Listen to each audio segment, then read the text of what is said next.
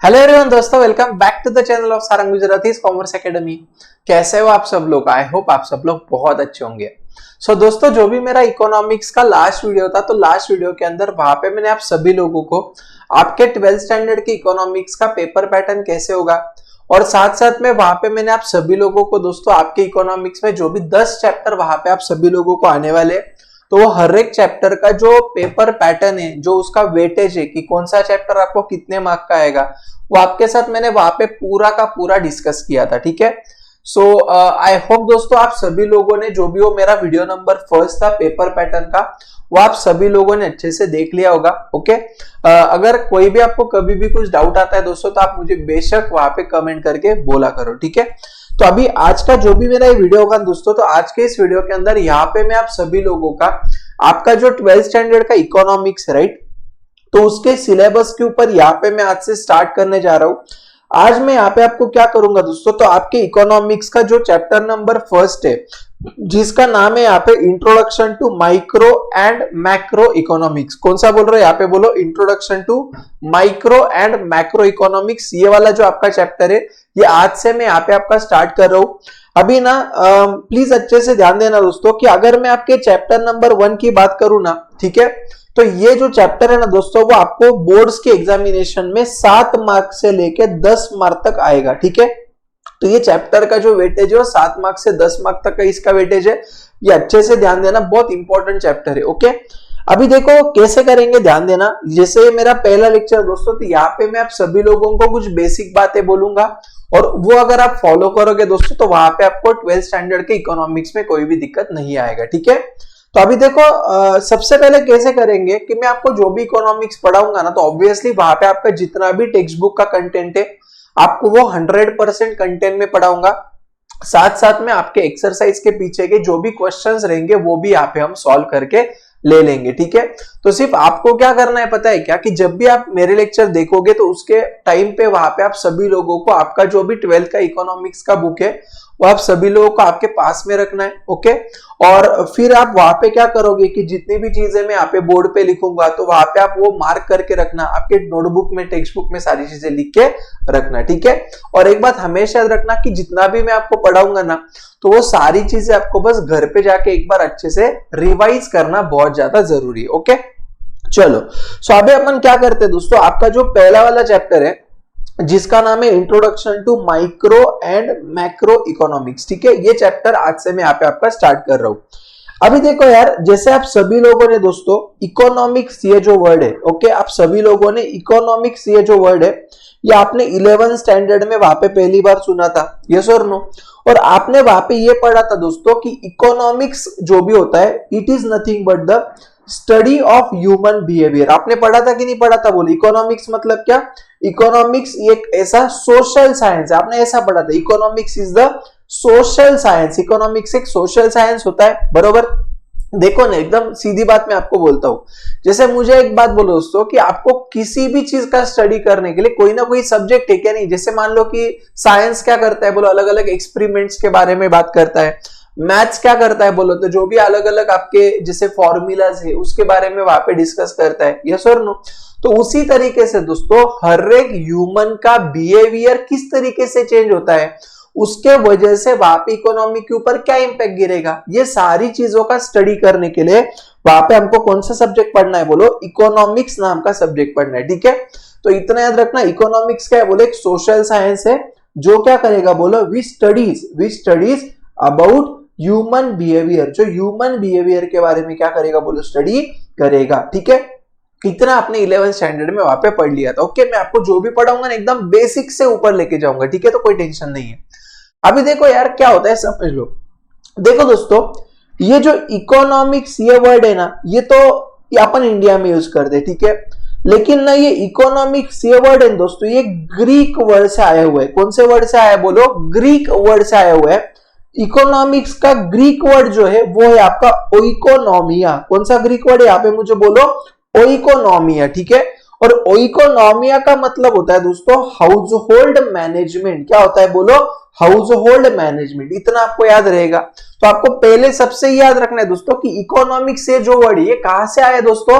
तो इकोनॉमिक्स ये एक ग्रीक वर्ड है। कौन सा वर्ड है बोले? ग्रीक वर्ड है जो है आपका ओइकोनॉमिया। और ओइकोनॉमिया का मतलब होता है वहां पे आपका हाउस होल्ड मैनेजमेंट। क्या होता है बोलो? House hold management. इतना समझ में आया? अभी देखो क्या है, समझ लो आप।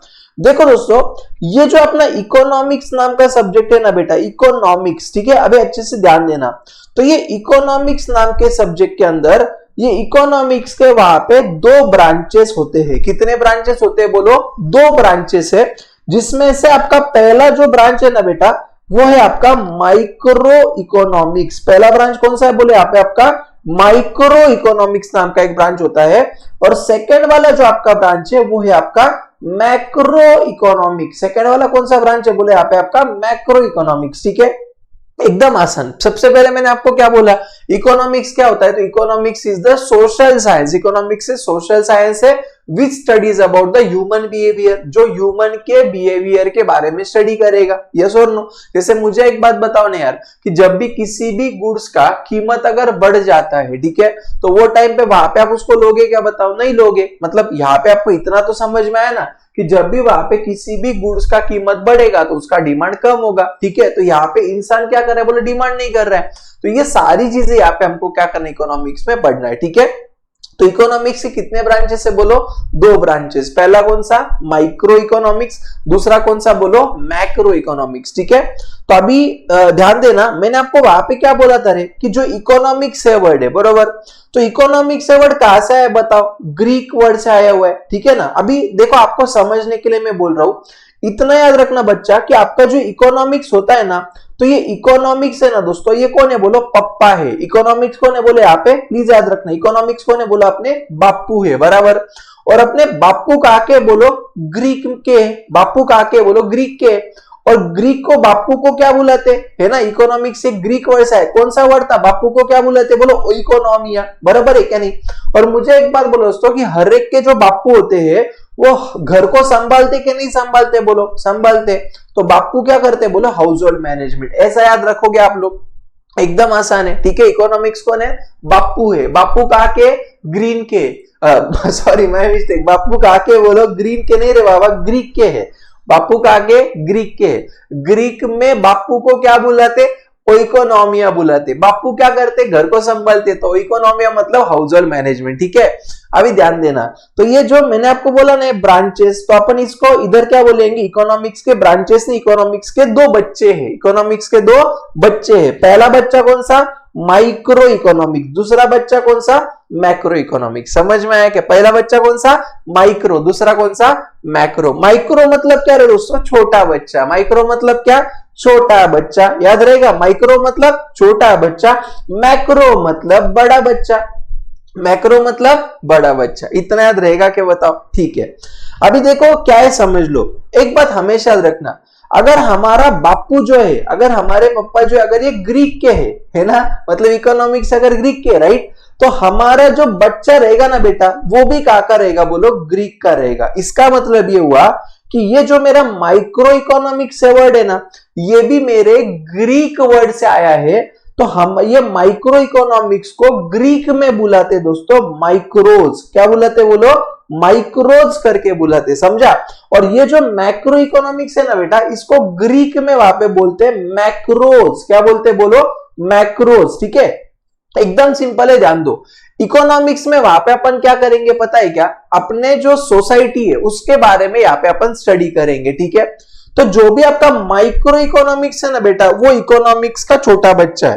तो यहाँ पे माइक्रो इकोनॉमिक्स में यहाँ पे अपन क्या करेंगे कि जो भी हमारी इकोनॉमी है, जो भी हमारी क्या है बोलो? इकोनॉमी है, इस इकोनॉमी का यहाँ पे हम लोग स्मॉल लेवल पे स्टडी करेंगे। कैसा स्टडी करेंगे बोले? यहाँ पे हम स्मॉल लेवल पे स्टडी करेंगे। समझ में आया? और जो भी आपका मैक्रो इकोनॉमिक्स है ना दोस्तों, ये मैक्रो इकोनॉमिक्स में यहाँ पे हम लोग इकोनॉमी का लार्ज लेवल पे स्टडी करेंगे। हमेशा याद रखना, माइक्रो मतलब स्मॉल एंड मैक्रो मतलब लार्ज। स्मॉल मतलब वहां पे मुझे क्या करना है, तो पर्टिकुलर इंडिविजुअल की इनकम का, उसका मुझे स्टडी करना है। और मैक्रो इकोनॉमिक्स में मैं क्या करूंगा, किसी एक पर्सन का स्टडी नहीं करूंगा, वहां पे मैं पूरे सोसाइटी का एक साथ स्टडी करूंगा। समझ में आ रहा है कि मैं क्या बोल रहा हूं? ठीक है, तो आई होप दोस्तों आपको यहां तक का डिस्कशन समझ में आ गया होगा। ठीक है, तो अभी देखो आपके टेक्स्ट बुक में उन्होंने क्या दिया, अच्छे से ध्यान देना।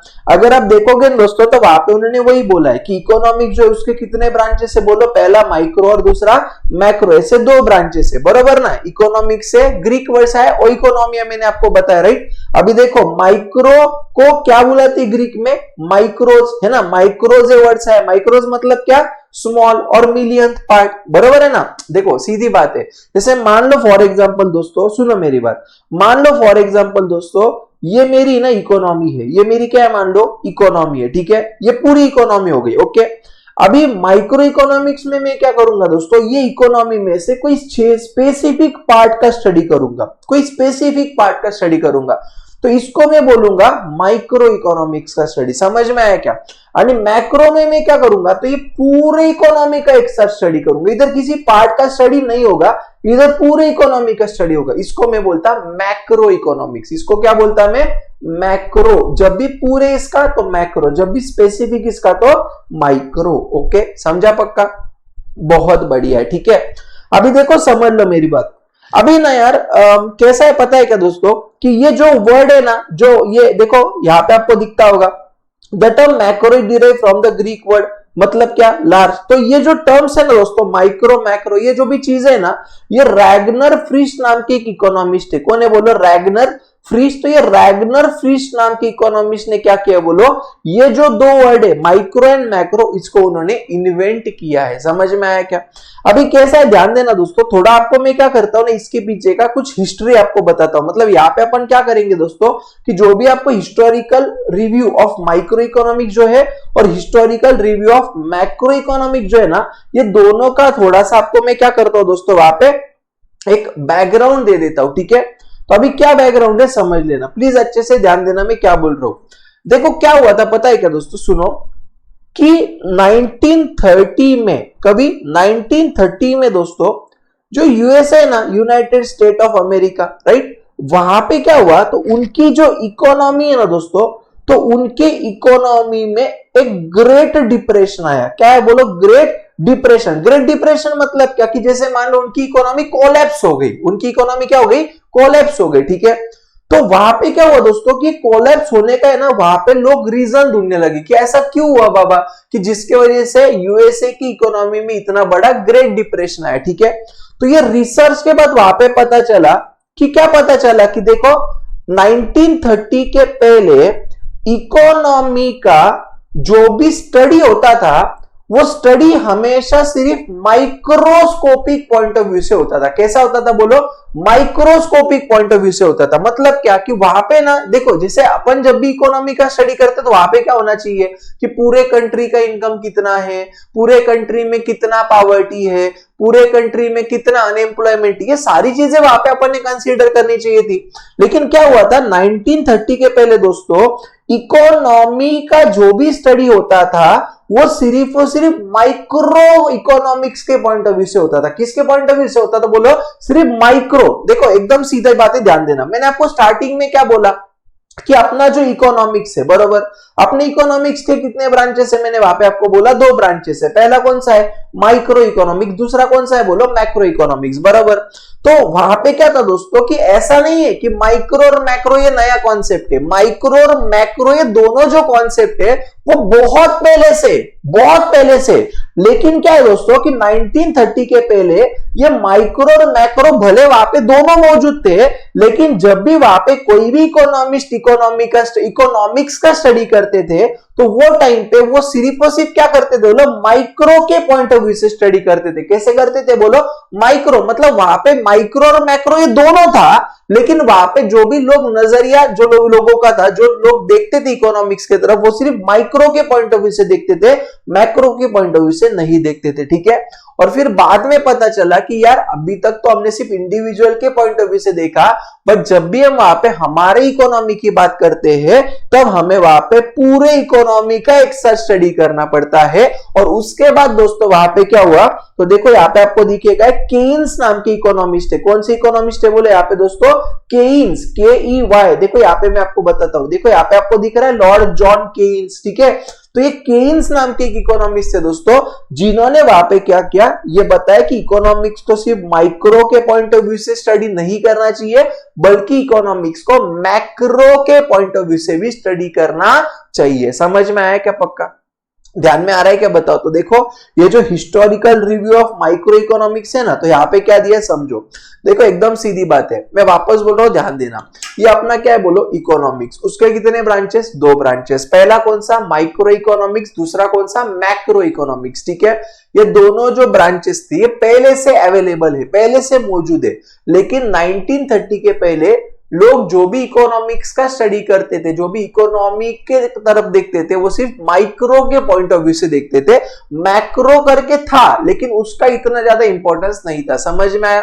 तो यहाँ पे देखो उन्होंने वही लिखा है, micro economics analysis was develop first. तो यहाँ पे क्या हुआ, लोग जो भी स्टडी करते थे सिर्फ माइक्रो के पॉइंट ऑफ व्यू से देखते थे। It is the traditional approach, ठीक है। अभी देखो कैसा होता है, ध्यान देना। देखो दोस्तों अपने इकोनॉमी के अंदर है ना, वहां पे 2 तरीके के इकोनॉमिस्ट है। पहला है आपका क्लासिकल इकोनॉमिस्ट। पहला कौन सा होता है बोला, आपका क्लासिकल इकोनॉमिस्ट, ठीक है। और दूसरे होते हैं अपने वहां पे नियो क्लासिकल। देखो मैं यहाँ पे आपको लिख के बताता हूं, ध्यान देना। पहले कौन से होते हैं बोले, यहाँ पे आपके क्लासिकल इकोनॉमिस्ट, और दूसरे होते हैं दोस्तों यहाँ पे आपके नियो क्लासिकल। कौन से होते हैं बोलो, नियो क्लासिकल। समझा क्या। अभी इतना याद रखना, नियो क्लासिकल मतलब 19th सेंचुरी के आसपास के लोग, नियो क्लासिकल मतलब कब के, 19th सेंचुरी के बाद के लोग, ऐसा आप समझ सकते हो। और क्लासिकल मतलब कब के, 17th 18th सेंचुरी के लोग। क्लासिकल मतलब कब के बोलो, 17 18, उसके पहले के। समझ में आया क्या। तो माइक्रो इकोनॉमिक्स कॉन्सेप्ट पहले था ना, तो ये माइक्रो के टाइम के जो भी इकोनॉमिस्ट रहेंगे ना, उसको अपन यहाँ पे क्या बोलेंगे बोलो, क्लासिकल इकोनॉमिस्ट बोलेंगे। क्या बोलेंगे, क्लासिकल, ठीक है। अभी देखो ये क्वेश्चन है ना बहुत बार दोस्तों पूछा जाता है। क्या पूछा जाता है, ध्यान देना। देखो दोस्तों ये जो मॉडर्न इकोनॉमिक्स अपन बोल सकते हैं, मॉडर्न इकोनॉमिक्स जो है ना बेटा, उसके एक फादर है। मॉडर्न इकोनॉमिक्स के क्या बोले, एक फादर है, जिनका नाम है दोस्तों एडम स्मिथ। क्या नाम है बोलो, एडम स्मिथ, ठीक है। तो ये आप एमसीक्यू में प्लीज वहां पे याद रखना दोस्तों कि एडम स्मिथ ये जो है ना बेटा, Adam Smith is called as what, father of modern economics. याद रखना है वहां पे आपको बोलो कि जो एडम स्मिथ नाम के इकोनॉमिस्ट है वो क्या बोलो, फादर ऑफ मॉडर्न इकोनॉमिक्स। वहां पे आप लोगों को याद रखना है। इतना समझ में आया क्या, बताओ। पक्का सारी चीज समझ में आ रही है आप लोगों को, ठीक है। सो अभी एक बात अपन क्या करते, सुनो मेरी बात। ये जो डू यू नो का ये इतना इंपॉर्टेंट कुछ है नहीं इसमें, लेकिन ना इतना याद रखना दोस्तों। सुनो मैं यहाँ पे आपको कुछ बातें बोल रहा हूं, उतना अच्छे से याद रखना, ठीक है। सबसे पहले जो भी माइक्रो एंड मैक्रो ये जो वर्ड है, ये किसने इन्वेंट किया दोस्तों, ये किया रैगनर फ्रिश नाम के इकोनॉमिस्ट ने। किसने किया बोलो, रैगनर फ्रिश नाम के इकोनॉमिस्ट ने इसको इन्वेंट किया, ठीक है। दूसरी बात वहां पे आप लिख के रखो, father of modern economics, father of modern economics, ठीक है। तो ये फादर ऑफ मॉडर्न इकोनॉमिक्स ये किसको बोलते हैं बोले, जैसे मुझे दोस्तों एडम स्मिथ जी को बोलते हैं। किसको बोलते हैं बोले, एडम स्मिथ नाम के एक इकोनॉमिस्ट थे, ठीक है, उनको बोलते। इतना समझ में आया। अभी देखो दोस्तों क्या है, सुनो मेरी बात। यहाँ पे ना ये जो एडम स्मिथ नाम के इकोनॉमिस्ट है ना बेटा, इनकी एक बहुत फेमस बुक है जो पब्लिश हुई है 1776 में। वहां पे लिख के रखो प्लीज, ठीक है। ये जो ये टेक्स्ट बुक के अंदर यहाँ पे आपको नहीं दिखेगा दोस्तों। ये जो चीजें मैं आपको बोल रहा हूँ ना, ये आपको मैं मेरे मन से बोल रहा हूँ, ठीक है। और ये सारी चीजें दोस्तों बहुत ज्यादा इंपॉर्टेंट है, प्लीज वहां पे लिख के रखना कि ये जो एडम स्मिथ नाम की इकोनॉमिस्ट है दोस्तों, उन्होंने 1776 में एक बुक लिखी। और ये वो बुक का नाम यहाँ पे आप शॉर्टकट में याद रखना, वेल्थ ऑफ नेशन। कौन सी नाम की बुक लिखी बोले, यहाँ पे उन्होंने दोस्तों वेल्थ ऑफ नेशन के बारे में यहाँ पे उन्होंने बुक लिखी, ठीक है। अभी देखो दोस्तों क्या होता है पता है क्या, कि जैसे जैसे टाइम जाता है ना वैसे वैसे अलग अलग लोग क्या करते बोलो, उनका अलग अलग ओपिनियन वहां पे रखना चालू करते, ठीक है। तो अभी क्या हुआ ध्यान देना, प्लीज समझ लेना अच्छे से, ठीक है। अभी देखो दोस्तों, तो 1776 में वहां पे जो एडम स्मिथ जी थे ना, जिसको अपन फादर ऑफ मॉडर्न इकोनॉमिक्स बोलते, तो उन्होंने उनके हिसाब से, एडम स्मिथ के हिसाब से जो भी अपना इकोनॉमिक्स है, ठीक है, तो ये इकोनॉमिक्स मतलब है दोस्तों वेल्थ है। इकोनॉमिक्स मतलब क्या है बोलो, वेल्थ है। मतलब एडम स्मिथ ये बोलते हैं कि इकोनॉमिक्स मतलब वेल्थ है, ठीक है। लेकिन ये एडम स्मिथ के बाद है दोस्तों वहां पे एक इकोनॉमिस्ट आए जिसको अपन बोलते हैं अल्फ्रेड मार्शल। कौन से इकोनॉमिस्ट आए बोलो, अल्फ्रेड मार्शल, ठीक है। तो ये अल्फ्रेड मार्शल है दोस्तों एडम स्मिथ के बाद आए हुए। एडम स्मिथ ये आपके कौन से इकोनॉमिस्ट है, इट इज क्लासिकल इकोनॉमिस्ट। ये कौन सी इकोनॉमिस्ट है बोले एडम स्मिथ, अपने क्लासिकल। तो एडम स्मिथ जी ने वहां पे क्या किया बोलो, 1776 में एक वेल्थ ऑफ नेशन नाम का बुक लिखा, और उसके बाद वहां पे देखो यहाँ पे उन्होंने दिया है अल्फ्रेड मार्शल नाम के एक इकोनॉमिस्ट आया दोस्तों, जो बोलते अल्फ्रेड मार्शल क्या बोलते, तो अल्फ्रेड मार्शल ये बोलते हैं कि इकोनॉमिक्स जो है ना बेटा, इसका मतलब क्या है बोलो, वेलफेयर। मतलब इसका ये हुआ कि अल्फ्रेड मार्शल के हिसाब से इकोनॉमिक्स मतलब वेलफेयर है। इकोनॉमिक्स मतलब क्या है, वेलफेयर है। वेलफेयर मतलब क्या है, जैसे फॉर एग्जांपल सीधी बात है दोस्तों, कि मुझे एक बात बोलो, मान लो आप एक आधे कंज्यूमर हो। कंज्यूमर मतलब समझता है ना, कंज्यूमर मतलब ऐसा पर्सन जो किसी भी गुड्स या सर्विसेज को कंज्यूम करता है, बरोबर है ना। तो अभी आप जैसे मान लो एक कंज्यूमर हो, तो आपने कोई भी गुड्स या सर्विसेज का अगर मान लो कंजम्पशन किया, तो वहां पे आपको सेटिस्फेक्शन कब मिलेगा, ऑब्वियसली आपको सेटिस्फेक्शन वहां पे तब मिलेगा जब आपको मन जैसी चीज मिलेगी, है ना। जब आपको कम से कम चीजों में ज्यादा से ज्यादा बेनिफिट मिलेगा तब आपको सेटिस्फेक्शन मिलेगा, और जब आपको सेटिस्फेक्शन मिला मतलब वहां पे आपका वेलफेयर हुआ, ठीक है ना। तो इतना याद रखना दोस्तों, कि आपको क्या याद रखना है मालूम है क्या, कि ये जो इकोनॉमिक्स नाम का सब्जेक्ट है ना, यहाँ पे आपको बहुत सारे ऐसे इकोनॉमिस्ट मिलेंगे, ठीक है। और हर एक लोगों ने क्या किया बोला, उनका जो ओपिनियन है ना वो वहां पे हमने हमारे सामने उन्होंने रखा हुआ है, ठीक है। तो पहला मैंने आपको क्या बताया कि माइक्रो इकोनॉमिक्स में वहां पे दो नाम आप अच्छे से याद रखना। पहला कौन सा, एडम स्मिथ। पहला कौन सा, एडम स्मिथ, जिसको अपन वहां पे फादर ऑफ मॉडर्न इकोनॉमिक्स बोलते हैं। उन्होंने 1776 में वेल्थ ऑफ नेशन नाम का एक बुक लिखा, और ये हमारे क्लासिकल इकोनॉमिस्ट थे, इतना याद रहेगा। उसके बाद कौन आए, अल्फ्रेड मार्शल। तो अल्फ्रेड मार्शल जी कौन है बोलो, नियो क्लासिकल इकोनॉमिस्ट है, और उन्होंने भी वहां पे एक बुक लिखा, ये आपको एमसीक्यू में आता है बहुत बार। क्या, कौन सा बुक लिखा उन्होंने, प्रिंसिपल्स ऑफ इकोनॉमिक्स, ओके। और ये उन्होंने कब लॉन्च किया, 1890 में लॉन्च किया। कब लॉन्च किया दोस्तों, यहाँ पे उन्होंने 1890 में वहां पे लॉन्च किया। समझ में आया क्या। और ये अल्फ्रेड मार्शल के बाद वहां पे और कुछ इकोनॉमिस्ट हुए, जैसे पिगोयू है, जे.आर. हिक्स है, प्रोफेसर सैमुएल्सन है, राइट, रॉबिन्सन है। तो उन्होंने भी क्या किया दोस्तों, माइक्रो इकोनॉमिक्स के ऊपर थोड़ा थोड़ा वहां पे और स्टडी किया। इतना समझ में आया क्या पक्का। तो मुझे एक बात बोलो दोस्तों, वहां पे आपको माइक्रो इकोनॉमिक्स क्या होता है वो समझा, ओके। थोड़ा बहुत आपको इकोनॉमिक्स के दो ब्रांचेस होते हैं उसके बारे में समझ में आया पक्का। और वहां पे आपको थोड़ा सा हिस्टोरिकल रिव्यू ऑफ माइक्रो समझा के, एकदम सिंपल। जब भी आपको हिस्टोरिकल रिव्यू ऑफ माइक्रो आएगा ना, तो वहां पे सबसे पहले आप क्या करोगे, ये लिखोगे। पहला पॉइंट क्या लिखोगे बोलो, वहां पे आप लिखोगे माइक्रो इकोनॉमिक्स एक ऐसा कॉन्सेप्ट है बोलो अपना ट्रेडिशनल अप्रोच वाला कॉन्सेप्ट है, ट्रेडिशनल अप्रोच, ठीक है। दूसरा वहां पे क्या लिखोगे, एडम स्मिथ जी के बारे में लिखोगे, he also called as what, father of modern, वो लिखोगे। फिर तीसरा आप क्या लिखोगे बोलो, अल्फ्रेड मार्शल के बारे में लिखोगे, ठीक है। और फिर आप चौथा क्या करोगे, वहां पे बाकी के लोगों का, जैसे पिगयू है, सैमुएल्सन है, उनका वहां पे आप नाम लिखोगे। ये कुछ आपका हो गया दोस्तों माइक्रो इकोनॉमिक्स का हिस्ट्री, ठीक है। अभी देखो यहाँ पे अपन क्या करेंगे ना, थोड़ा आगे जाएंगे, अपन देखेंगे वहां पे historical review of macro economics. कौन सा देखेंगे बेटा, यहाँ पे अपन मैक्रो इकोनॉमिक्स, ठीक है। तो प्लीज ध्यान देना, मैंने आपको स्टार्टिंग में क्या बोला था, ऐसा मैंने आपको कभी बोला क्या कि सिर्फ वहां पे माइक्रो इकोनॉमिक्स था, मैक्रो नहीं था, मैंने ऐसा नहीं बोला। मैंने आपको ये बोला कि 1930 के पहले वहां पे इकोनॉमी का जो स्टडी होता था वो माइक्रो के पॉइंट ऑफ व्यू से होता था, मैक्रो को इतना ज्यादा इज्जत नहीं मिलता था, ठीक है। तो देखो क्या बोल रहा है, मैक्रो इकोनॉमिक्स डिड एग्जिट, मतलब माइक्रो और मैक्रो दोनों पहले से आए हुए, ठीक है। तो यहाँ पे देखो क्या बोल रहा है, लेकिन यहाँ पे उन्होंने ये दिया हुआ है कि जैसे micro analysis ruled the world till the great depression, मतलब जो माइक्रो इकोनॉमिक्स की हवा थी ना वो सिर्फ 1930 तक थी, लेकिन 1930 के बाद जब यूएसए में ग्रेट डिप्रेशन आया तभी एक बहुत फेमस इकोनॉमिस्ट है जिसको अपन बोलते हैं केन्स, केन्स नाम की, इनको बोलते हैं लॉर्ड केन्स। क्या बोलते हैं इनको अपन दोस्तों? लॉर्ड केन्स नाम की इकोनॉमिस्ट है। तो उन्होंने वहां पे ये हमको बताया, इन्होंने मैक्रो इकोनॉमिक्स में बहुत बड़ा रोल प्ले किया। किसने? केन्स जी ने। समझ में आ रहा है क्या? तो उन्होंने क्या किया दोस्तों, उन्होंने एक बुक लिखी, प्लीज ध्यान देना, इंपॉर्टेंट है। कौन सी बुक लिखी? General theory of employment, interest and money. कौन सी बुक लिखी दोस्तों? General theory of employment, interest and money. ये उन्होंने बुक लिखी जो उन्होंने लॉन्च किया 1936 में। और इसके अंदर उन्होंने वहां पे बोला कि भैया अभी तक हम जो इकोनॉमिक्स को सिर्फ माइक्रो माइक्रो माइक्रो के पॉइंट ऑफ व्यू से देखते थे ना, अभी वैसा मत करो।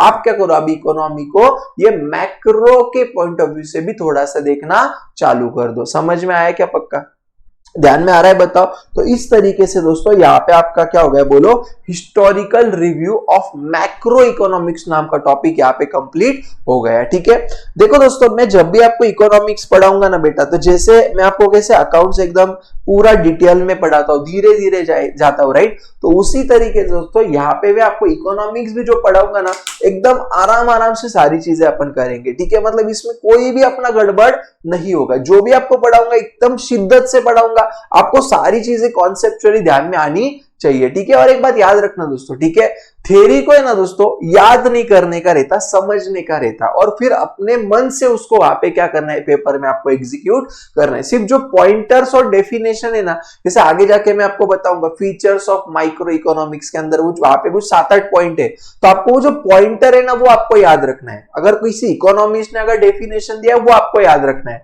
और बाकी की जो चीज है वो आपको मन से लिखना है। समझ में आया? ओके, तो मुझे एक बात कमेंट में बता देना दोस्तों कि जितना भी आज मैंने यहाँ पे आपको पढ़ाया वो आपको यहाँ पे समझ में आया, क्या वहां पे कोई डाउट है? ठीक है, तो देखो आज का ये जो वीडियो है दोस्तों, आज के इस वीडियो के अंदर यहाँ पे मैं क्या करता हूँ, बोलो, रुक लेता हूँ। ओके, जो मेरा अगला वीडियो आएगा तो नेक्स्ट वीडियो के अंदर वहां पे मैं आप सभी लोगों को जो माइक्रो इकोनॉमिक्स है और उसका डेफिनेशन और फिर उसके आगे की जितनी भी चीज दोस्तों वो वहां पे आपको मैं डिस्कस करवा दूंगा। ठीक है, मैं बोल रहा हूँ ये बहुत ईजी चैप्टर है, सिर्फ इसको अच्छे तरीके से एक बार आप समझ के लेना। ठीक है, तो चलो फिर दोस्तों मिलते हैं अपन अगले वीडियो में, तब तक के लिए बाय बाय, टाटा।